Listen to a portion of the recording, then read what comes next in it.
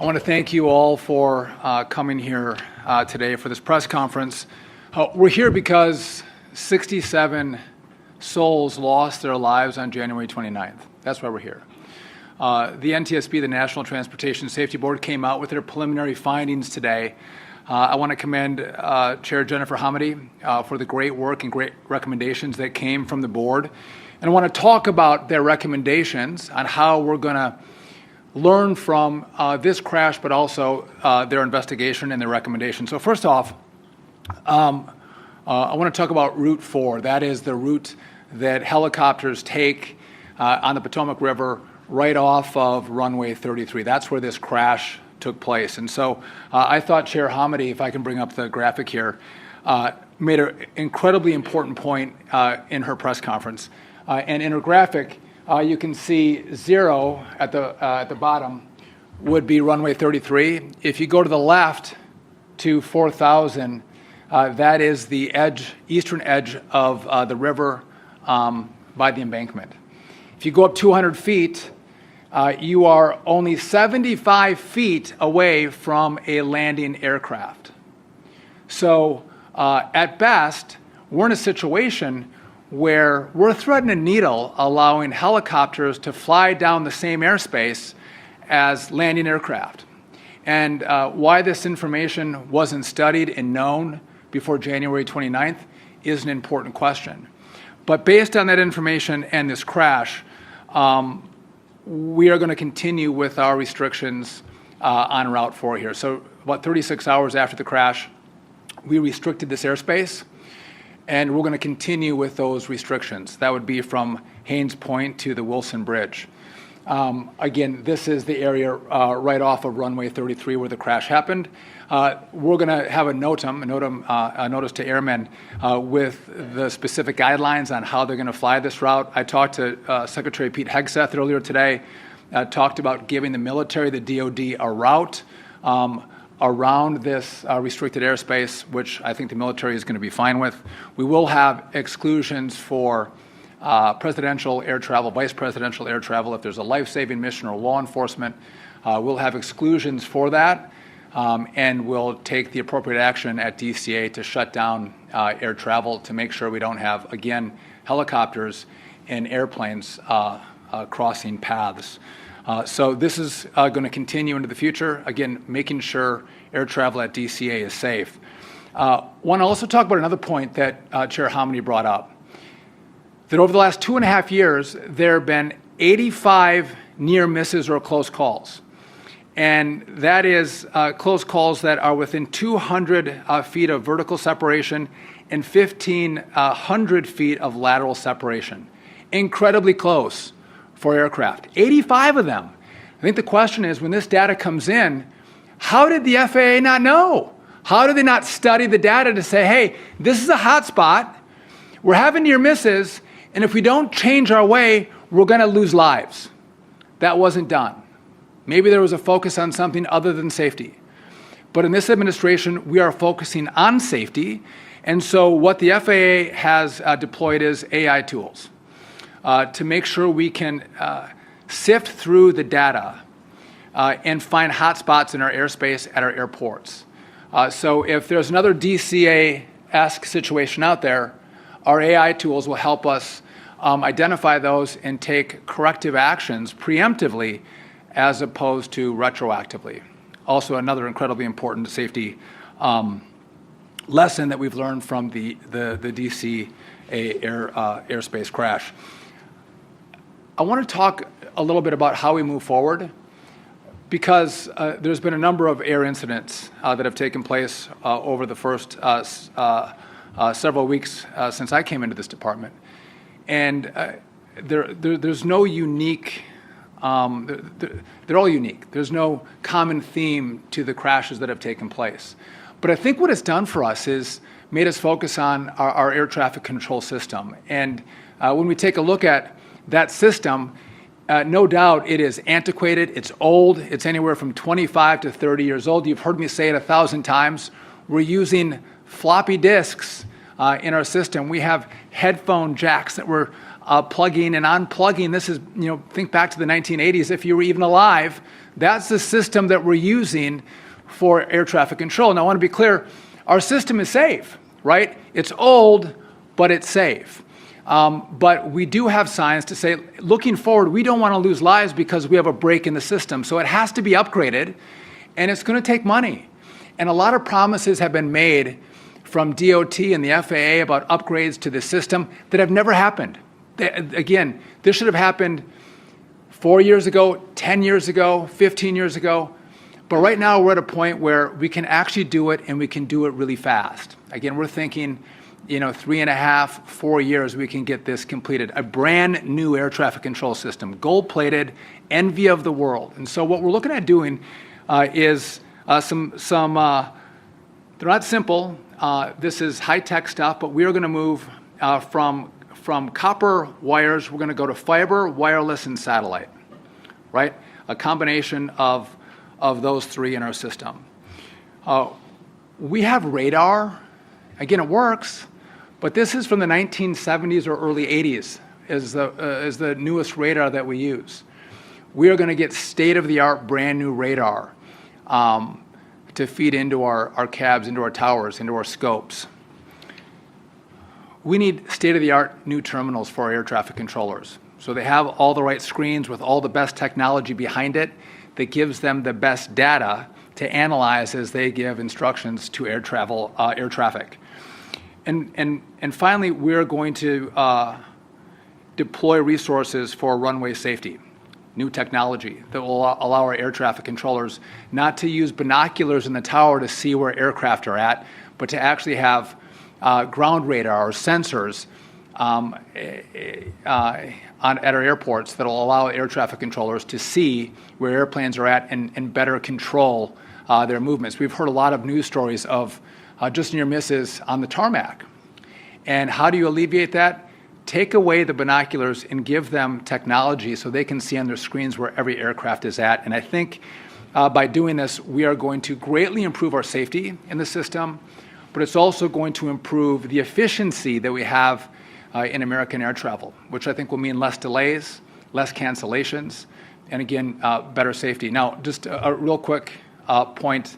This is going to cost money, and we're in an environment where there's a lot of cost cutting. We're looking for savings everywhere in government, and that's appropriate. I think we have a government that is far too bloated, far too fat.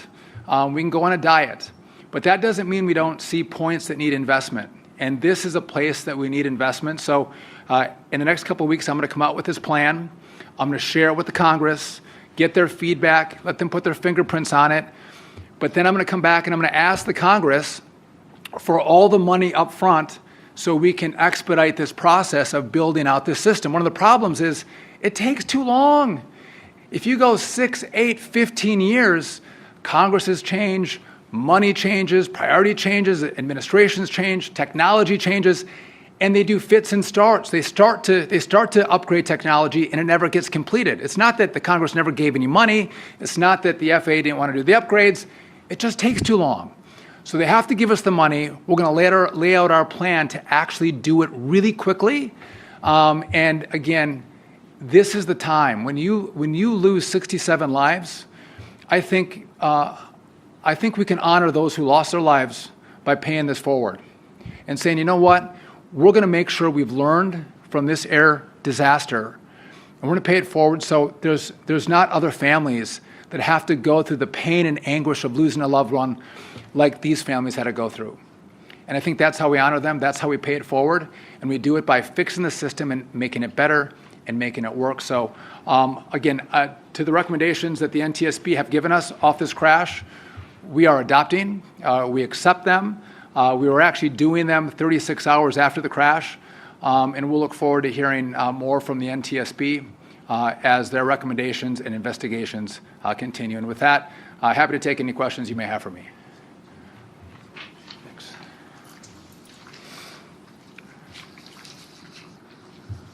Yes.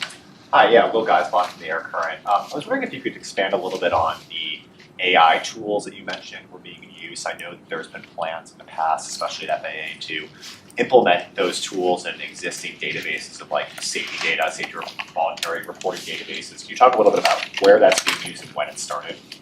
So Liam, it was used in the last couple of weeks. We started using the AI tools. And again, we started with 12 airports where we have a lot of cross traffic to analyze the data and again, look for hotspots. And in the next 2 weeks, we're going to deploy that to all of the airports around the country. So it's in the towers. And like at the airports and aircraft control towers. Well, as the information comes in, yes. At airports, through towers, yes. When that information comes in, again, whether you have near misses, again, I think it's a lot of information comes and it's hard to parse through it. AI will help us look at it and see what information we can draw from it to make changes moving forward to prevent disasters. This is not the only, DCA is not the only airspace that has this cross traffic. There's several other airports out there that have this, and again, do we have problems in those airports like we did in DCA? Yes. Secretary Duffy, it's Pete Muntean with CNN.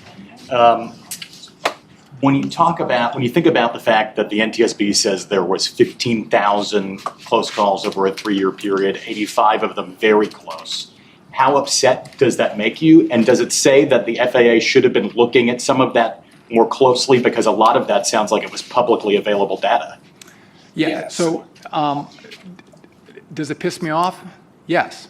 And that's not an appropriate word maybe for a secretary to use, but of course. That the data was there, it wasn't effectively analyzed to see that we had this kind of risk at DCA makes me angry, right? And again, maybe there was too much data coming in. And it's easy maybe to look back and say you should have seen it. Looking forward, it can be more challenging. But it seems pretty clear someone should have seen, because pilots were talking about it. You've heard news stories, social media posts of pilots talk about these near misses. It's not like it was hidden in the data somewhere. If someone was paying attention, someone was on the job, they would have seen this. And so, again, this is a lesson for us to use the best tools possible today that we have available to us to analyze the data, and that's why we started to use AI. Quick follow-up. You talk a lot about speed when it comes to the FAA and changing the FAA, but I think those who have been indoctrinated there for a long time might say that's a dangerous thing because you don't want to sacrifice safety. So how do you find a happy medium there, and do you worry about maybe introducing some sort of danger here? So it's a good question. So speed versus safety. That's a wonderful question. And again, I could say you don't move fast and you don't have new technology, right? You're really safe with 1960s technology in our towers. I would say that's not a good solution. And so if you look at building out fiber, using wireless, using satellites, that can happen at the same time as we're still using our old fiber network, right? We're building it out. We can, in many places, we can put up our new radar at the same time we're using the current radar. It'll take some time to switch over, but we can do those two things at the same time.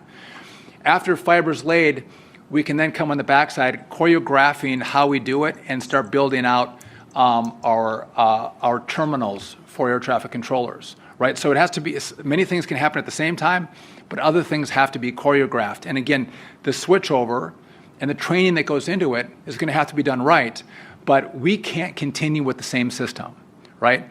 And the reason it's not done is not because of money, not because there wasn't a will, but because we get killed by time.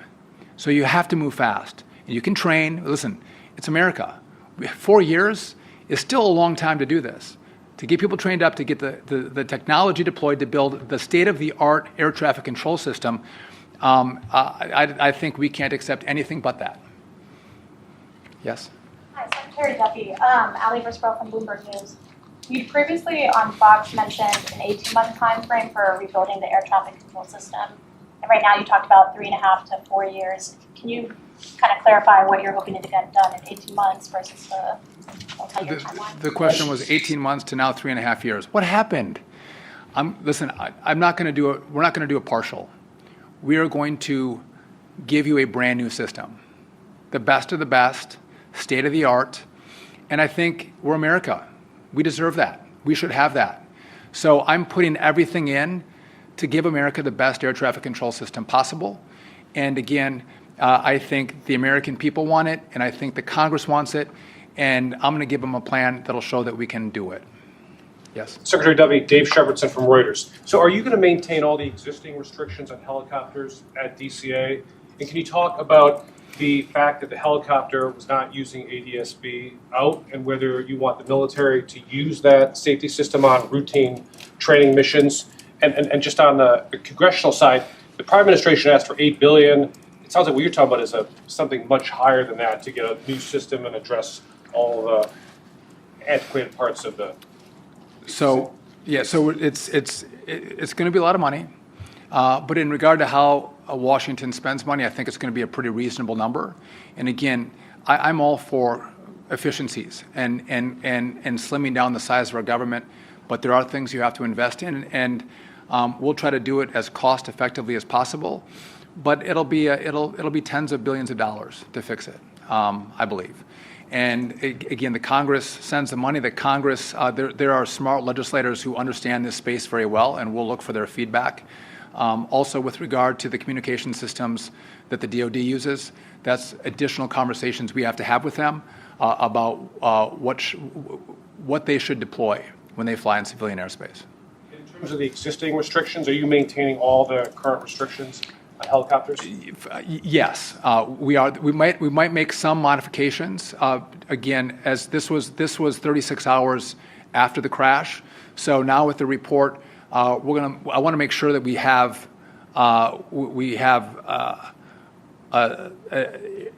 airplanes landing and taking off effectively and efficiently from DCA while maintaining safety. So there's a couple of caveats I may have to make, but never in a space where we're going to have airlines and helicopters crossing paths. Yes. Hi, Lori Aratani with the Washington Post. Just to clarify, so you are going to accept and implement both urgent recommendations issued by the NTSB today? Well, I think she had one urgent recommendation, which was the DCA airspace, Route 4. And then the rerouting of. That's right. So as part of blocking off Route 4 between Haynes Point and Wilson Bridge, we'll give another pathway for aircraft to go around. But yes, that's that, and that was in place 36 hours after. We're going to continue that. Again, we do have exceptions for presidential and vice presidential travel. The airspace gets shut down when that happens. They can travel Route 4, but airplanes aren't coming into DCA during those time periods. So yes. Okay, can I sneak one more in, which is, Sure. I know you have an existing vendor that's working on the modernization of the national airspace. What happens with that Verizon contract? So the Verizon contract is still in play. How we move forward is a question we're going to grapple with. But again, I need contractors. By the way, for the telecom, we currently have 200 providers. Not one company can't do it alone, but I want companies who are going to build excellent infrastructure and build it quickly. That's what we need. And those who are on board are going to work with us. Those who aren't won't get contracts. Got it, thank you. Yes. Just to follow up on our question, Sam Obazalek at Politico, I want to triple check. You're accepting both urgent recommendations today, both permanent restrictions on Route 4 and the alternate route. So again, Route 4 is closed off, like it has been per the recommendation from Haynes Point to the Wilson Bridge. We're going to continue with that. Now, there are points where other aircraft can come through, like the president, if there's a life-saving mission, if there's a law enforcement mission.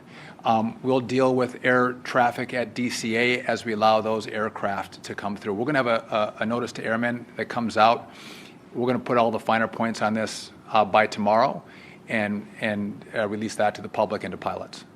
And in regard to DOT's RIF plan, how many layoffs are expected agency-wide and specifically at the FAA?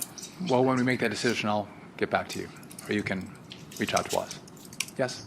Hi, it's Tia Humphries with ABC News. A part of the alternate routes with the cancellation of using Route 4, does that include flying over residential areas at all, or just another body of water? We're gonna put all the details out on that tomorrow, so you'll see what the plan looks like. But I think the clear point here is having helicopters fly under landing aircraft and allowing helicopter pilots to say, I'll maintain visual separation, that is not going to happen anymore. That is too risky. You're threading the needle, and it's going to stop.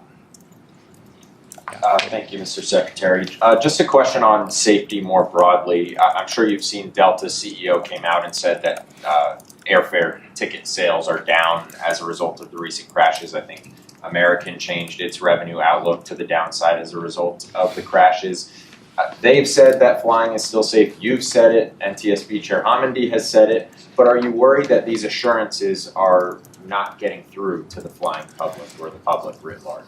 Listen, I think whenever you have a crash that gets the attention that this one did, people will pause for a moment. But when they pause and reflect, they would say, of course, millions of flights, hundreds of millions of passengers a year travel on airplanes in this country. It is the safest mode of transportation. I think Chair Hamadi made the point, it's more dangerous to drive to the airport than it is to fly out of the airport. And that's true. Again, and we have to work on this number. We lose over 40,000 people a year in car crashes. Way too many. We got to bring that number down. We don't lose anywhere near that number in air travel. So again, this is incredibly safe. But again, I think what I'm doing is learning lessons from what happened in the last month, but then also looking at what risks do we have in the future, and let's fix those risks before we have any loss of life. One more question? Yeah. I have a weird technical question that you might not be able to answer. The FAA instituted, I think, 45 of the runway interference technology, and how does that differ from the AI technology? Is that a wonky question? So one more. Yeah, last year the FAA instituted like 45 of the radar technology at the. I'll connect with my lab. Okay. Then I'm going to pivot to another question. A lot of That's the deal. You a can lot of pivot the to stuff it. that you're saying about the fixing the NAS and everything like that, that's not new, right? The transition to fiber, that was a part of the FAA restructuring. What's new here? Is it just that this is the time to actually, you've got the momentum, let's do it? So a couple things are new. We're going to do it all at the same time, right? That doesn't mean we switch over all at the same time, because I think CNN asked or made the point that can be risky. We want to make sure we train and have a smart switchover, but we're not doing a step-by-step approach, right? And to your point, you'd say, well, let's look at next gen. We already said we're going to do it. Well, look at the space. Talk to an air traffic controller. Talk to pilots. Talk to CEOs of airlines. It hasn't been done.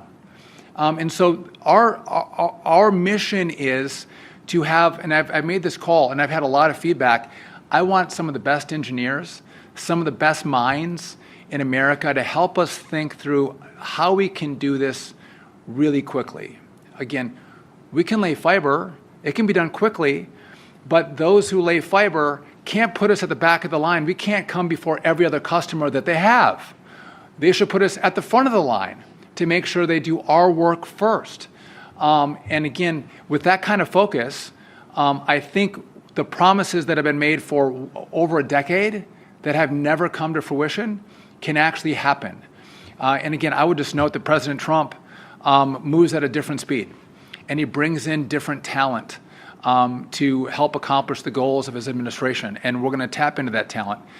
Southwest did a 2-year upgrade of their system. Huge overhaul. They had an old system as well. And I've talked to the CEO of Southwest, and he said, I'll share with you what I did right. I'll share some of the mistakes that we made so you won't make them yourself. But the whole industry is cheering us on to make this happen. And again, I want to use the taxpayer money well, but we don't want to shortchange this effort. This is a moment in time that we can pay these lives forward and fix a system that was broken, and again, do it quickly. One more. On Verizon, you said the contract's in play. Do you anticipate that $2.4 billion contract to Verizon being renegotiated? Could you see part of it going to Starlink or some other company? So I need action. I need people to move. I need, if we have a $2.4 billion contract, I want the fiber in the ground. we're over a year into that contract, and how far along are we? That's the question. And so I want companies that want to move fast and build this out. I can't wait 10 years. You can't wait the American people can't wait 10 years or 12 years to lay fiber. We have copper right now. And so I need companies that are going to move at the speed of Donald Trump. And those that want to do it, they want to put the effort in and say, we're the company that can do this for you and with you. Those are the companies that I want to hire. And now, may that be Verizon? Maybe. But if I'm looking back, they're not moving fast enough. I need companies that are going to move fast. And it's not going to be one company. We're going to need a lot of companies to buy in and help build out this system. And so I want to thank you all for coming out. Stay tuned. 10 days, 2 weeks. We're going to roll this out, give it to the Hill, put a price tag on it, and we're going to start the work of building a brand new air traffic control system that will be the envy of the world. And with that, thank you very much.